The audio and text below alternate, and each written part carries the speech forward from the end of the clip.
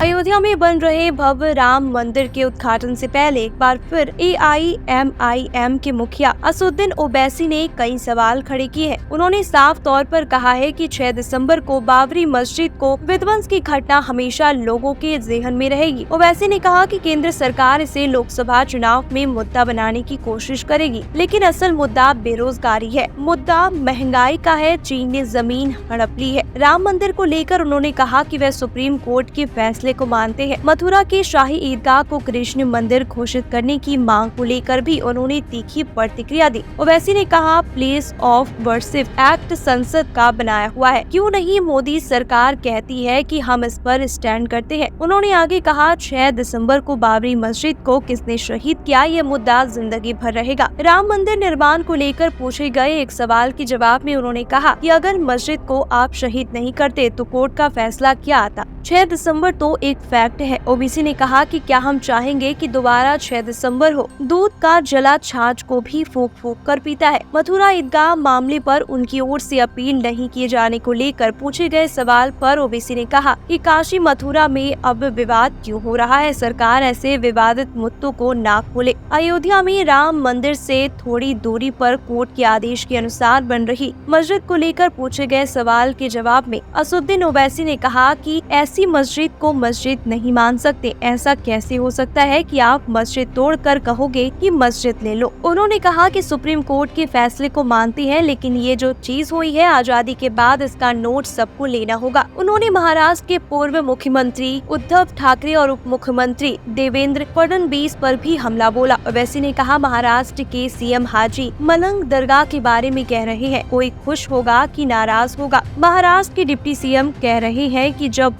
मस्जिद तोड़ी गई तब मुझे खुशी हुई। आप कोर्ट में जाकर क्यों नहीं इकबाल ए जुर्म कर लेते। शिवसेना गुट भी ये कह रही है कि कोर्ट में जाकर क्यों नहीं कबूल लेते। इनकी हिम्मत बढ़ गई है, जो मर्जी हो वो करना चाहेंगे। उद्धव ठाकरे पर सवाल खड़ा करते हुए उन्होंने कहा, उद्धव तो डिमोलिशन का क्रेडिट ले रहे हैं। जब CM थे तब विधानसभा में कहा था, उनमें और बीजेपी में प्रतियोगिता चल रही है। 2024 चुनाव में राम मंदिर मुद्दे के प्रभाव के बारे में पूछे गए सवाल के जवाब में ओवैसी ने कहा, हालांकि बीजेपी कोशिश करेगी, लेकिन सबसे बड़ा मुद्दा बेरोजगारी का है, महंगाई का है। चीन ने जमीन हड़प ली, ये मुद्दा है। उन्होंने राहुल गांधी की न्याय यात्रा और इंडिया गठबंधन पर टिप्पणी करने से इनकार कर दिया। उन्होंने संसद में मुस्लिम प्रतिनिधियों की संख्या बढ़ाने की भी मांग की। ओवैसी ने कहा, जब राजनीति में हर समुदाय और हर कास्ट का प्रतिनिधित्व है तो मुस्लिम 14% और सिर्फ 5% MP क्यों है। मुस्लिम समुदाय का प्रतिनिधित्व बढ़ाना चाहिए, क्योंकि यह भी कहा कि CAA